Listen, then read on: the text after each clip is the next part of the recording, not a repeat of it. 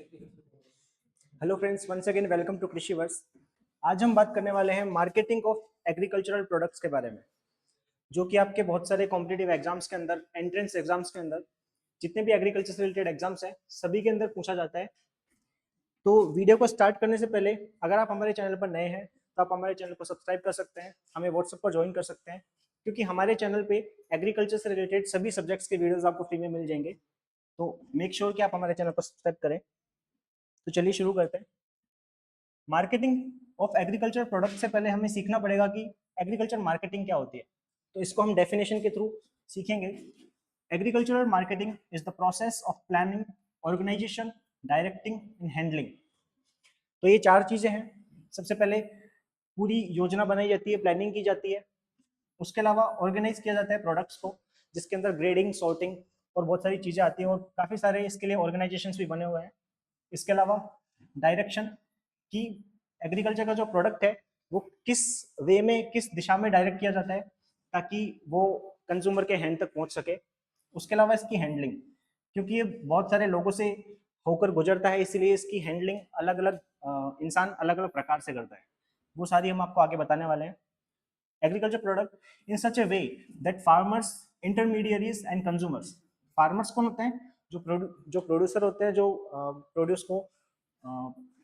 Produce को यहाँ से उत्पादन करते हैं फार्मर्स। उसके बीच में होते हैं इंटरमीडियरीज, और फिर आते हैं कंज्यूमर्स। तो फार्मर्स और कंज्यूमर्स के बीच में जो वर्क करते हैं वो होता है इंटरमीडियरीज, और ये होता है मिडिल मैन। तो यही रीजन होता है कि जो जब फार्मर से लेके और कंज्यूमर तक प्रोडक्ट पहुंचता है तो उसकी प्राइस बहुत बढ़ जाती है, क्योंकि इसके बीच में बहुत सारे एजेंट से लेके और बहुत सारे इंस्टीट्यूशन से होके गुजरता है, जहाँ पे उनकी प्राइस ऐड होती जाती है, और फाइनली जब कंज्यूमर तक पहुंचता है उसकी प्राइस बढ़ जाती है। एंड कंज्यूमर्स आर सेटिस्फाइड, यानी कि कंज्यूमर्स के सेटिस्फेक्शन पे इस पे पूरा ध्यान दिया जाता है।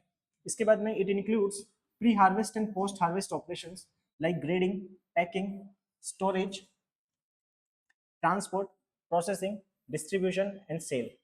मोस्टली इसके अंदर पोस्ट हार्वेस्ट ऑपरेशंस ही होते हैं। ठीक है, पोस्ट हार्वेस्ट ये प्रोसेसिंग के लिए बोला गया है कि जो प्रोसेसिंग होती है वो भी मार्केटिंग के अंदर ही आती है। ठीक है, प्री हार्वेस्ट इसलिए बोला गया है क्योंकि प्री हार्वेस्ट में जो भी इनपुट यूज होते हैं, प्रोडक्ट को प्रोड्यूस करने के लिए जो भी इनपुट यूज होते हैं वो सारे प्री हार्वेस्टिंग के थ्रू आते हैं, इसलिए इसको इंक्लूड किया गया है। लेकिन अगर एग्जाम्स के पॉइंट ऑफ व्यू से आपसे पूछा जाए तो आपको पोस्ट हार्वेस्ट ऑपरेशन इसके अंदर इंक्लूड करना है। आप इसका स्क्रीनशॉट ले सकते हैं।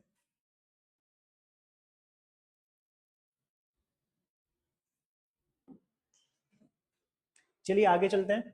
अब हम बात करने वाले हैं सप्लाई चेन इन एग्रीकल्चर। तो एग्रीकल्चर मार्केटिंग में सप्लाई चेन क्या होती है, कि जो प्रोडक्ट है वो किस प्रकार से सप्लाई हो रहा है, किन किन एजेंट्स के थ्रू जा रहा है, वो सारे सप्लाई चेन के अंदर इंक्लूड किया जाता है। तो सबसे पहला होता है इनपुट सप्लाई। अब इनपुट सप्लाई बहुत सारे ऑर्गेनाइजेशंस होते हैं या फिर गवर्नमेंट होती है, वो फार्मर्स को देती है सीड, फर्टिलाइजर, इरिगेशन, मशीनरी और क्रेडिट। ये सारी चीजें फार्मर को प्रोवाइड कराई जाती हैं, और फार्मर उन इनपुट्स का यूज किस में करता है? फार्म के अंदर यूज करता है, इसलिए यहाँ पे इनपुट सप्लाई आया है। उसके बाद में आएगा प्रोडक्शन। अब इनपुट सप्लाई करने के बाद में फार्मर को अपना प्रोडक्ट प्राप्त होता है, इसीलिए इसको और ये किसके द्वारा प्राप्त होता है? जब वो कल्टीवेशन करता है क्रॉप्स का, तो इसके द्वारा उसको प्रोडक्ट प्राप्त होता है, इसीलिए इसको यहाँ पे प्रोडक्शन आया है। इसके बाद में कलेक्शन। अब उसको फार्मर को प्रोडक्ट प्राप्त हो गया, उसके बाद वो उसको कलेक्ट करेगा। कलेक्ट या तो विलेज हाट में डायरेक्ट लेके जाएगा बेचने के लिए, या फिर कोई कोऑपरेटिव उससे खरीद लेते हैं।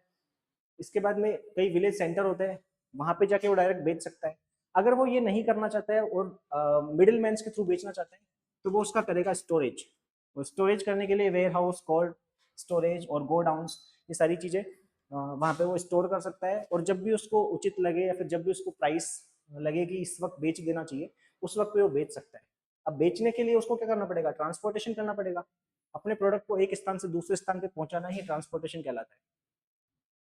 अब ट्रांसपोर्टेशन, अगर फार्मर प्रोसेसिंग करना चाहता है अपने प्रोडक्ट की, यानी कि अगर फार्मर टमाटर बेच रहा है, अगर वो टमाटर ना बेच के वो उसको प्रोसेसिंग के लिए केचप की जो इंडस्ट्रीज होती है वहां पे बेचना चाहता है, तो वो वहां भी बेच सकता है ट्रांसपोर्टेशन के थ्रू। तो यहाँ पे क्या किया जाता है? कन्वर्जन ऑफ रॉ प्रोड्यूस, जो कच्चा प्रोड्यूस होता है उसको उसके अंदर वैल्यू एडिशन किया जाता है, और उसके द्वारा उसकी प्रोसेसिंग करके एक नया प्रोडक्ट बनाया जाता है, जिससे उसकी प्राइस भी इंक्रीज हो जाती है। अब ये है डिस्ट्रीब्यूशन। डिस्ट्रीब्यूशन जो भी इंस्टीट्यूशंस होते हैं वो क्या करते हैं कि जो प्रोडक्ट होता है उसको कंज्यूमर तक पहुंचाते हैं। अब इसके अंदर होलसेलर्स आते हैं, रिटेलर्स आते हैं, काफ़ी इंस्टीट्यूशंस आते हैं, एक्सपोर्ट एजेंसीज। एक्सपोर्ट एजेंसीज जो देश से बाहर जो आया निर्यात करती है इसका, वो सारे एक्सपोर्ट एजेंसीज में आते हैं। इसके बाद में आएगी मार्केट मार्केट इंटरमीडियरीज। जो मैंने आपको पहले बताया था, फार्मर और कंज्यूमर के बीच में बहुत सारे मिडिल मैन होते हैं, वो सारे मार्केट इंटरमीडियरीज के अंदर आते हैं।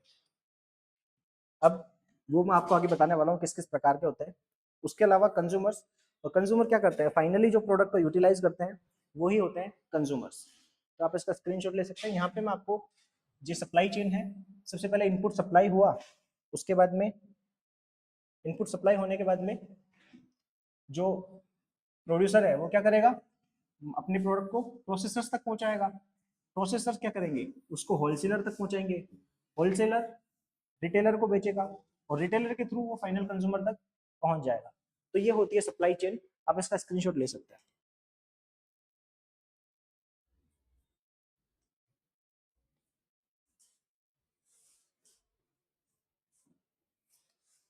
चलिए आगे।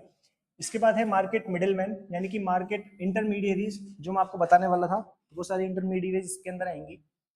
अब सबसे पहला है मर्चेंट मिडिलमैन। ये टाइप्स हैं मार्केट मिडिलमैन के।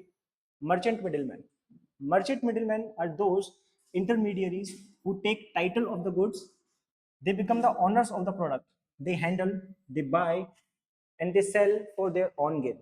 यानी कि खुद के प्रॉफिट के लिए क्या करते हैं कि प्रोडक्ट की ओनरशिप लेते हैं और ये उसको बेचते हैं।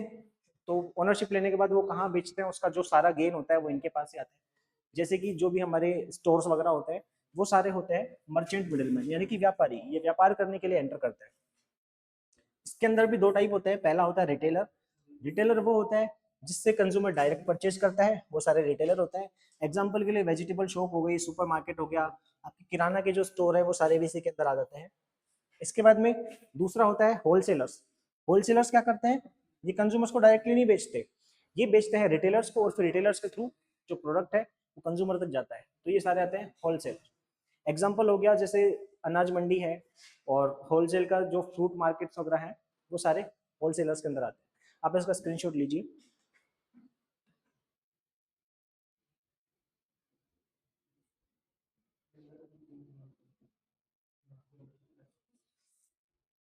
इसके बाद में अब दूसरे टाइप के मिडिलमैन की हम बात करेंगे, जो कि होते हैं agent middleman.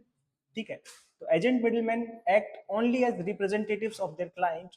They do not take title of the goods, hence they don't own the products they handle. अब ये एक जनरल डेफिनेशन है इसकी। अब इसके अंदर भी दो टाइप होते हैं। अब ये अर्न कैसे करते हैं, जो भी कमीशन इनको मिलेगा उसी से अर्न करते हैं। कमीशन क्या होता है मैं आपको आगे बताने वाला हूँ। तो जो पहला है वो है कमीशन एजेंट। अब कमीशन एजेंट क्या करते हैं, ये प्रोडक्ट को खरीदते हैं। जैसे कोई प्रोड्यूसर है या फिर कोई सेलर है, उससे प्रोडक्ट को खरीदेंगे, और अ, इसको खरीदते नहीं है, बेसिकली ये क्या करते हैं, इसका फिजिकल कंट्रोल ले लेते हैं। तो जो भी फिजिकल कंट्रोल है, यानी कि मान लो किसी फार्मर को, फार्मर मान लो या फिर कोई सेलर मान लो, इसको मान लो 100 kg शुगर बेचनी है। ठीक है, तो ये कमीशन एजेंट क्या करेगा, कमीशन एजेंट इससे जो शुगर है इसको ले लेगा, यानी कि इसकी फिजिकल हैंडलिंग कर लेगा, लेकिन ओनरशिप नहीं लेगा इसकी। और फिर ये क्या करेगा, इसको कंज्यूमर को बेच देगा, कंज्यूमर को ही बेच देगा। कंज्यूमर को बेचने के बाद में जो भी अपना कमीशन है ये ले लेगा। अब या तो ये कंज्यूमर को जो एक्स्ट्रा प्राइस में बेचेगा वहीं से कमीशन ले सकता है, या फिर फार्मर से बाद में भी कमीशन मांग सकता है। तो इस तरह से ये अर्निंग करता है। एक दूसरे होते हैं ब्रोकर्स। ब्रोकर्स का क्या काम होता है, ब्रोकर्स का भी सेम ही काम होता है, लेकिन ब्रोकर क्या करते हैं, ब्रोकर इससे प्रोडक्ट की फिजिकल हैंडलिंग नहीं करते। यानी कि ब्रोकर्स, अगर यहाँ पे हम ब्रोकर्स की बात करें तो ब्रोकर्स फार्मर से वो प्रोडक्ट लेंगे नहीं। ठीक है, बल्कि ये फार्मर और कंज्यूमर में आपस में बात करवाते हैं, कम्युनिकेट करवाते हैं एक दूसरे को। और ये कंज्यूमर का ढूंढने का कार्य ब्रोकर का होता है, और फिर वो फार्मर से उसकी बात करवा देता है, और जो भी डील है वो हो जाती है। उसके बाद में ब्रोकर अपना कमीशन फार्मर से मांग लेता है। तो ये बेसिकली मेन डिफरेंस होता है। आप स्क्रीनशॉट ले सकते हैं इसका।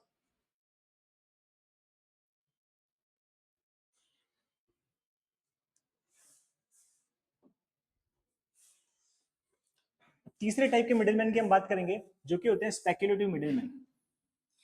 स्पेक्युलेशन का अर्थ होता है देखना, ठीक है।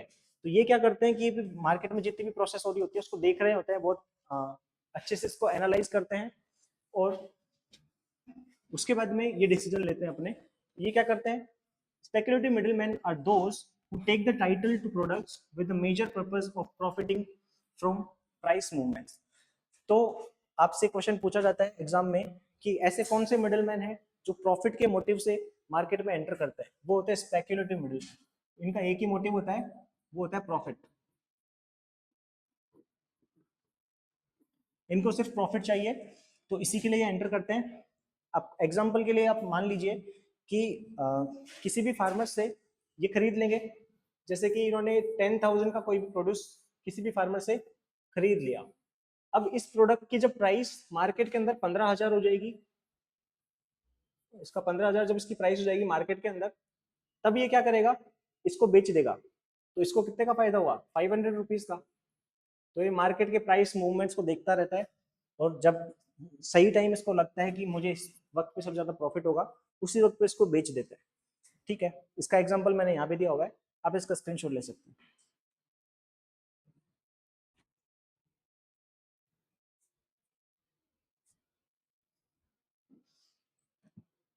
चलिए आगे चलते हैं।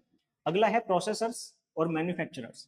तो ये तो आपको पता ही है कि प्रोसेसर्स वो होते हैं जो प्रोसेसिंग इंडस्ट्रीज के अंदर शामिल होते हैं, और मैन्युफैक्चरर जो किसी प्रोडक्ट का निर्माण करते हैं अलग से, ठीक है। तो ये सभी प्रोसेसर और मैन्युफैक्चरर होते हैं, और ये कुछ एक्शन लेते हैं जिसके द्वारा उनकी प्रोसेसिंग की जाती है। तो ये सभी इसके अंदर शामिल होते हैं, ठीक है। यहाँ पे आप देख सकते हो agricultural processors take an active part, ठीक है, ये पार्ट लेते हैं उसके अंदर। Other institutional aspects of marketing, some act like their own buying agents in producing areas, some participate in the wholesaling of their products or retailers। तो कुछ तो क्या करते हैं कि एजेंट के रूप में कार्य करते हैं, और कुछ होलसेलिंग और रिटेलिंग की एक्टिविटीज में भी भाग लेते हैं। तो ये सारे आते हैं प्रोसेसर और मैन्युफैक्चरर्स। इसका आप स्क्रीनशॉट ले सकते हो।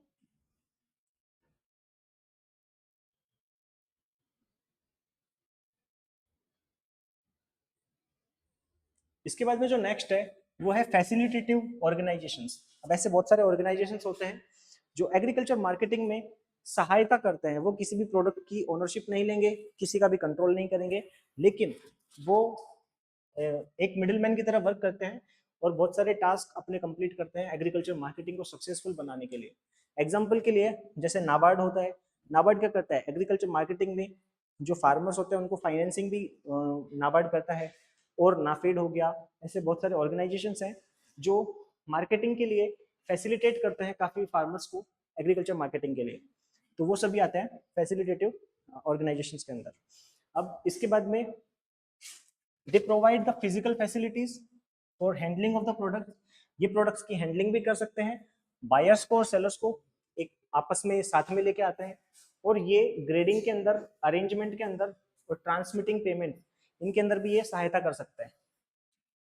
एग्जाम्पल के लिए जैसे कि कॉफी मार्केटिंग अगर इथोपिया में हो रही है, तो वहाँ पे डिस्ट्रिक्ट एग्रीकल्चरल ऑफिस ये शामिल होता है। उसके अलावा बहुत सारे कोऑपरेटिव्स, बहुत सारे एनजीओज और गवर्नमेंट ऑर्गेनाइजेशंस भी इसके अंदर शामिल होते हैं। उसके अलावा प्राइवेट बैंक्स हो गए, इनफॉर्मल लेंडर्स हो गए, ईसीएक्स, और ये कमोडिटी एक्सचेंज बोर्ड होते हैं ईसीएक्स, ठीक है। इसके अलावा कॉफी क्वालिटी इंस्पेक्शन ऑफिस। तो ये सभी जो मैंने आपको बताए वो सभी इसके अंदर शामिल होते हैं। आप इसका स्क्रीनशॉट ले सकते हैं।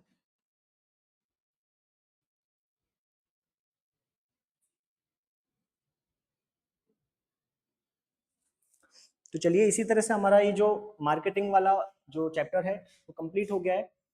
अगर आपको वीडियो पसंद आया हो तो हमारे चैनल को सब्सक्राइब कर सकते हैं, वीडियो को लाइक कर सकते हैं, और अगर आप इसकी पीडीएफ चाहते हैं तो आप हमारे व्हाट्सएप चैनल को ज्वाइन कर सकते हैं।